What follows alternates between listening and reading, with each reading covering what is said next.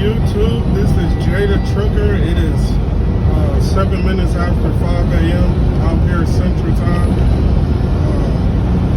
I know I said I was going to be a little bit more consistent with these videos, so I'm too close to that tree. But so here it is. So after I left rail transportation, I went to work for XPO Logistics, the LTL division, and XPO was not bad. It was a flex schedule, so they could call me in at any time.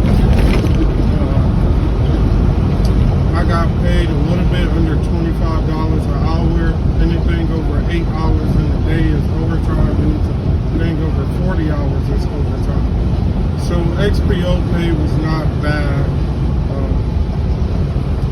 They had a sign-on bonus, which was $3,000 when you, $4,000 when you start working. You had $1,000 when you first came on your first check, then you got $3,000 within 120 days. It was also a $3,000 bonus as soon as you refer somebody. Once they get there 90 days or 120 days, I can't really remember. You would also get $3,000 for them. So it wasn't bad, you know. It just XPO. The reason why I left XPO, I just mentally I was not ready for LTL trucking. It's definitely different from OTR. I know you guys heard the background. I had the window on, but mentally I was not ready for that. It was no different working long hours, 10, 12, 14-hour days, barely being at home.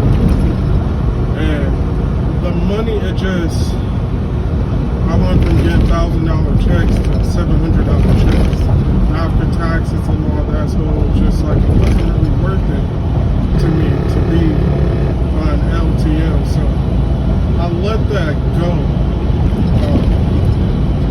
But XPO Logistics is not a bad company. I just was at a terminal where most of the trucks, 95% of the trucks was manuals. I did eventually get the automatic restricted off, and so I am able to drive a manual, but I did not like driving a manual transmission. So it's not hard. You get used to it pretty quick, but it's definitely different, you know.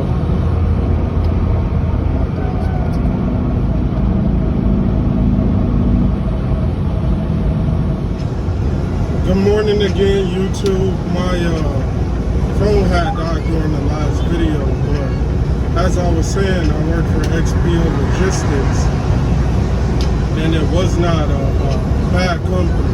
You know, you got $1,000 on your first check out of your $4,000 bonus. You get $3,000 within 90 or 120 days. I was paid a little bit under $25 an hour. Anything over 8 hours was overtime. Anything over 40 was overtime. Working at XPO, which was an LTL company, I'm gonna get into that. I did learn how to drive a manual under 10-speed Freightliner, which was not hard once you understand it. It's literally just memory. Another thing that was good about working for XPO was I got experience working with a forklift, working on the dock. I mean, we used to get slammed. This was during COVID in April 2021. So, I mean, we used to get slammed to the point where it was like they would pay double just to get you to do an extra shift. It was just so much freight that had to move out. Businesses were staying open when they didn't have a second or third shift just to get the product, because if we're trying to get it to you, there's no guarantee we could get it to you the next day if you guys aren't open, because we're slammed every day with the product. So working for XPO, it was a LTL company, which is less than a truckload, so you have multi-stops, which is like, it could be anywhere from one stop, probably, most likely not, was it like Dow Silicones out in the Auburn area of Michigan. But the most stops I ever had was 17 stops. It's It's not bad. You're in and out. It's different when you're doing LTL trucking because you don't really have to watch your clock, your 30-minute breaks and all of that. It is a lot different. So doing LTL, it's all fast paced. You're in and out, get them to sign paperwork, you unload it, you load your trailer. You do use a forklift, dock. Like, it's a lot different from OTR or regional trucking. Another thing that was good about XPO, with me learning how to drive a manual, if I had to, I can do it. It's not hard at all. It was easy. The first time I did not pass my test because I was not used to a 53-foot trailer anymore. I was doing pup trailers, I think they're 29, 28-foot trailers, like doubles. So once I started, I took my test the first time I failed. I literally was about a half a foot away from the line when I did my 90.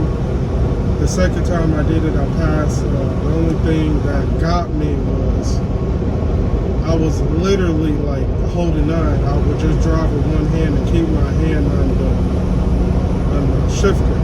But different. Everyone's different, so you do what you do. But it was not hard. It's not hard. I can do it now.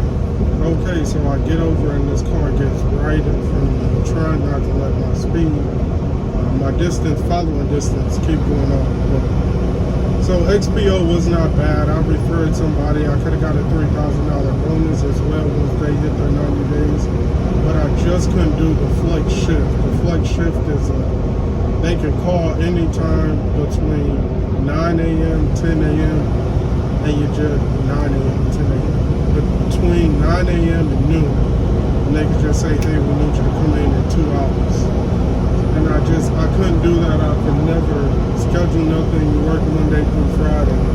So it was just like, I was stressed out.